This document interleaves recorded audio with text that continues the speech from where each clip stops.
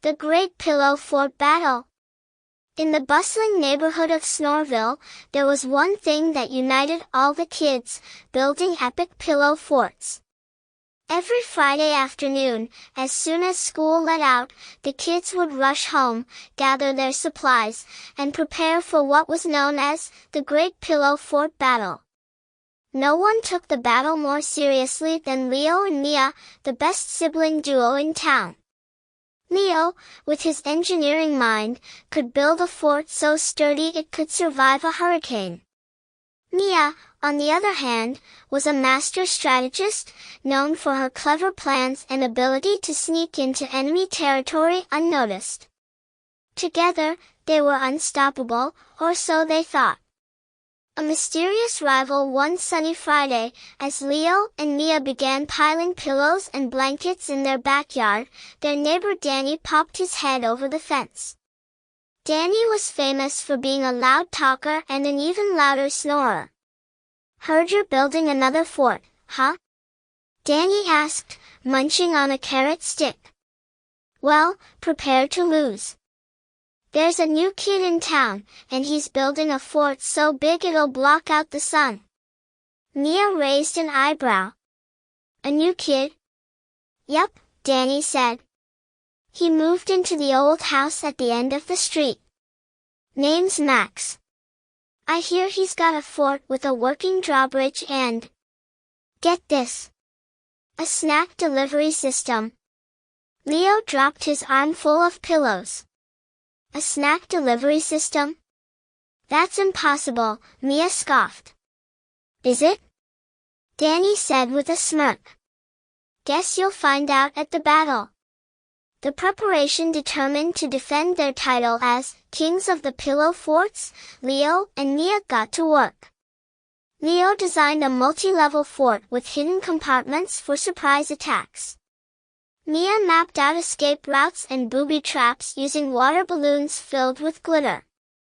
By the time the sun set, their fort looked like a cross between a castle and a spaceship. "No one's getting past us," Mia said confidently. But deep down, they couldn't stop thinking about Max and his rumored snack delivery system. What if Danny was right? What if their reign was finally over? The battle begins Saturday morning arrived, and kids from all over Snoreville gathered in the park, dragging wagons filled with pillows, blankets, and a questionable number of stuffed animals. The air buzzed with excitement as each team unveiled their forts. Max's fort did not disappoint. It had a working drawbridge, a flag with his face on it, and a catapult that launched marshmallows. But the real showstopper was the snack delivery system, a pulley connected to a tree branch that sent bags of chips and juice boxes flying to different parts of the fort.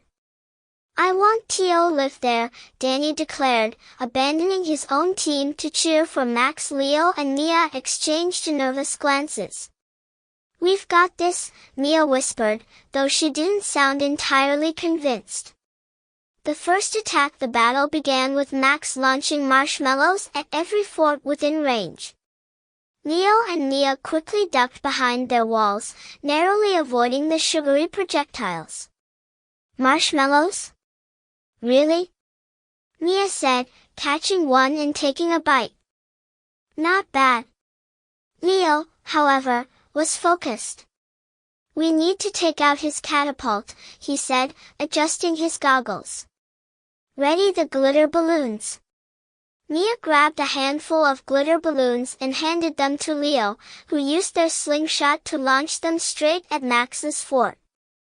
The first balloon hit its target, exploding in a spectacular cloud of pink and gold glitter. "Glitter attack!" Max shouted. "Defensive maneuvers." But it was too late. His catapult was covered in glitter, rendering it completely useless. The sneak attack. As the battle raged on, Mia noticed something unusual. "Where's Max?" she asked, peeking over their wall. Leo frowned. He was just there. Suddenly, they heard rustling behind them. They turned around to see Max crawling into their fort through a secret tunnel he had dug. In his hand was a bag of Cheetos. "What are you doing?" Mia demanded. "Bribing you," Max said, holding up the Cheetos. "Join my team, and I'll share my snacks." Leo's eyes widened. "Cheetos? Don't listen to him," Mia said, blocking Leo's path to the snacks. "We have integrity." "But Cheetos," Leo whispered longingly. Mia rolled her eyes and grabbed a glitter balloon. "Out of our fort, Max," she shouted, throwing the balloon. Max ducked just in time and scrambled back through the tunnel, leaving a trail of orange fingerprints behind him.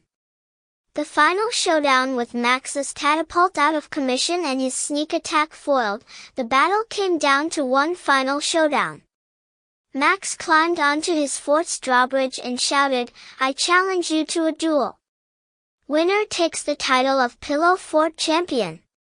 Mia stepped forward. "You're on. What's the duel?" Max grinned. "Pillow jousting." The crowd gasped as Max and Mia each climbed onto inflatable pool floats, armed with giant pillows. Danny served as the referee, blowing a whistle he found in his cereal box that morning. "Ready, set, joust."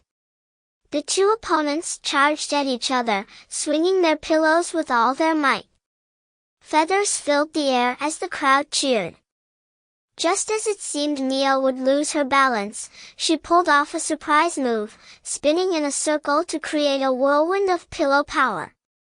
Max toppled off his float, landing in a pile of marshmallows. "We win!" Mia shouted, raising her pillow triumphantly. The aftermath: despite losing, Max was a good sport. He invited everyone to his fort for snacks, and soon the battlefield turned into a giant picnic. Leo and Mia shared their glitter balloon secrets, and Max taught them how to build a snack delivery system. From that day on, the kids of Snoreville decided to team up instead of competing, creating the biggest, most epic pillow fort the neighborhood had ever seen. It had a drawbridge, a snack system, a glitter cannon, and enough marshmallows to feed an army. And every Friday, they'd gather to defend their fort against their new enemy, Danny's snoring. The end.